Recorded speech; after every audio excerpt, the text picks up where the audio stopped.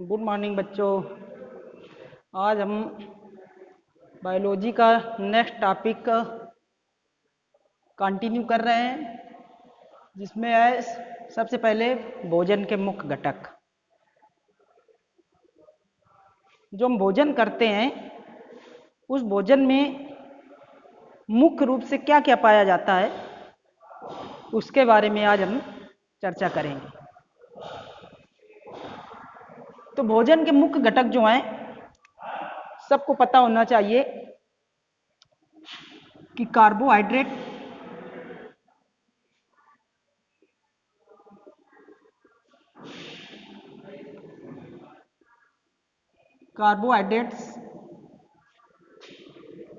Protein, वसा,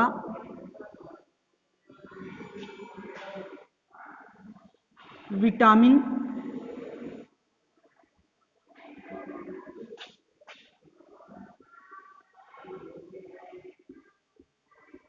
खनिज लवण व जल। कार्बोहाइड्रेट, प्रोटीन, वसा, विटामिन, खनिज लवण व जल, ये भोजन के मुख्य घटक हैं। इनमें से अगर कोई भी पोषक तत्व हमारे भोजन में कम या अधिक हो जाता है तो हमारे शरीर में उस पोषक तत्व की कमी से विभिन्न प्रकार की व्याधियां उत्पन्न हो जाती हैं, जिन्हें हम रोगों के नाम से जानते हैं। तो भोजन में एक कार्बोहाइड्रेट, प्रोटीन, वसा, विटामिन, खनिज लवण व जल का होना अत्यंत आवश्यक है।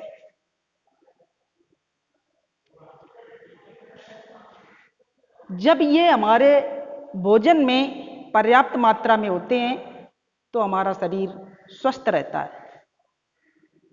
जिसे हम संतुलित आहार कहते हैं। जिसे हम क्या कहते हैं? संतुलित आहार कहते हैं। बात समझ में आई बच्चों? इसके बाद अगली ये नेक्स्ट हेडिंग है पोषक तत्वों का वर्गीकरण।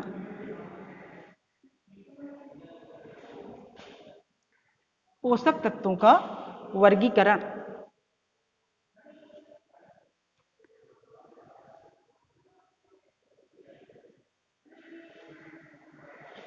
भोजन एवं ऊर्जा संबंधी आवश्यकताओं के आधार पर पोषक तत्वों को निम्न 3 भागों में बांटा गया है। ऊर्जा संबंधी आवश्यकताओं के आधार पर पोषक तत्वों को 3 भागों में बांटा गया है। नंबर 1, ऊर्जा प्रदान करने वाले पोषक तत्व।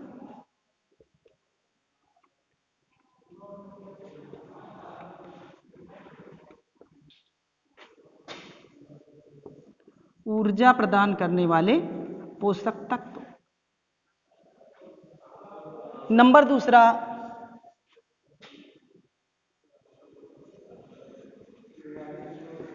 निर्माणकारी पोषक तत्व।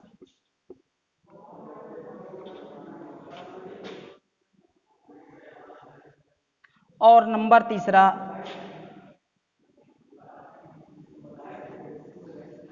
प्रतिरक्षा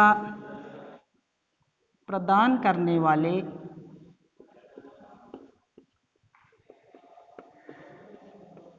पोषक तत्व।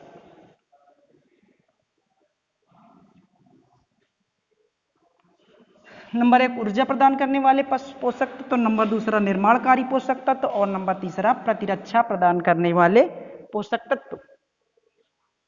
बात समझ में आई बच्चों? तो ऊर्जा प्रदान करने वाले जो पोषक तत्व होते हैं, इनके एग्जाम्पल हैं कार्बोहाइड्रेट्स,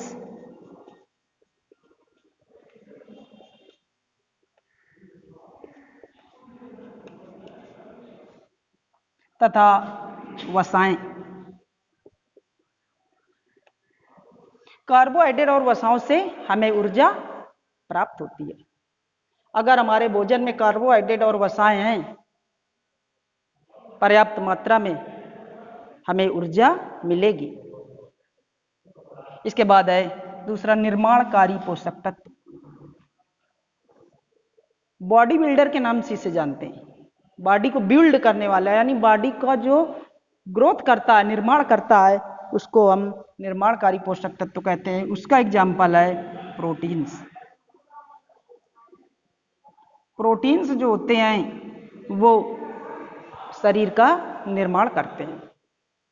और प्रतिरक्षा प्रदान करने वाले पोषक तत्व, प्रतिरक्षा प्रदान करने वाले पोषक तत्वों में से खनिज लवण,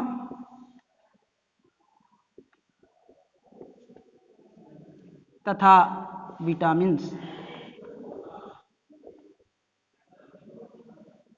खनिज लवण और विटामिन्स से हमारे शरीर को प्रतिरक्षा प्राप्त होती है, जिसको हम इम्यून सिस्टम कहते हैं। इस समय कोरोना चल ही रहा है, तो अगर हम खनिज लवण और विटामिन्स युक्त आहार ज़्यादा लेंगे या ये पोषक तत्व हमारे भोजन में अधिक मात्रा में होंगे, तो हमारी बॉडी की इम्यूनिटी यानी प्रतिरोधक क्षमता बढ़ेगी।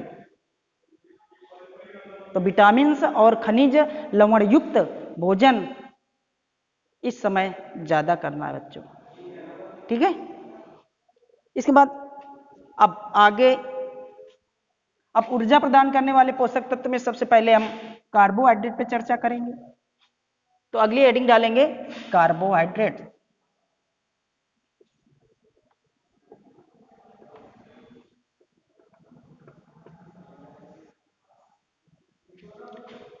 तो ये जो कार्बोहाइड्रेट होते हैं बच्चों, ये कार्बन, हाइड्रोजन तथा ऑक्सीजन तत्वों के मिलने से बनते हैं। यह कार्बोहाइड्रेट का निर्माण कार्बन, हाइड्रोजन व ऑक्सीजन तत्वों के मिलने से होता है। कार्बोहाइड्रेट्स का निर्माण कार्बन, हाइड्रोजन व ऑक्सीजन तत्वों के मिलने से होता है। ये तत्व कार्बोहाइड्रेट में 1:2:1 के अनुपात में पाए जाते हैं।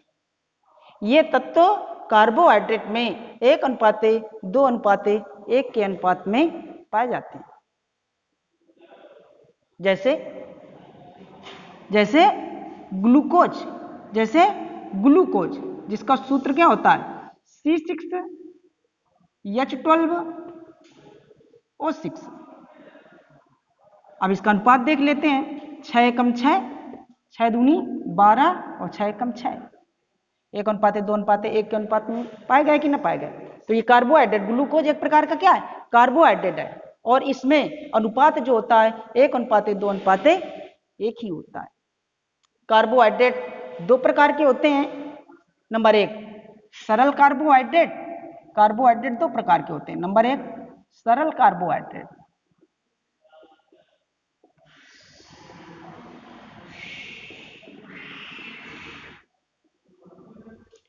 और नंबर दूसरा जटिल कार्बोहाइड्रेट। जटिल कार्बोहाइड्रेट्स, सरल कार्बोहाइड्रेट्स हमें ग्लूकोज, फ्रक्टोज, माल्टोज, लैक्टोज व गैलेक्टोज आदि के रूप में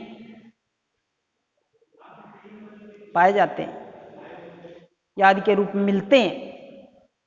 ये सामान्य रूप से गन्ना, चुकंदर तथा खजूर में मिलते हैं। और इसके बाद जटिल कार्बोहाइड्रेट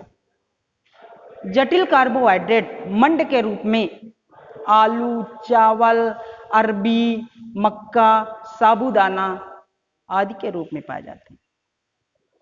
जटिल कार्बोहाइड्रेट मंड के रूप में आलू, चावल, अरबी, साबूदाना, मक्का आदि में पाए जाते हैं। बात समझ में आई गाइस? चलो आज के लिए इतना है, नहीं तो फिर बोर हो गए। Thank you.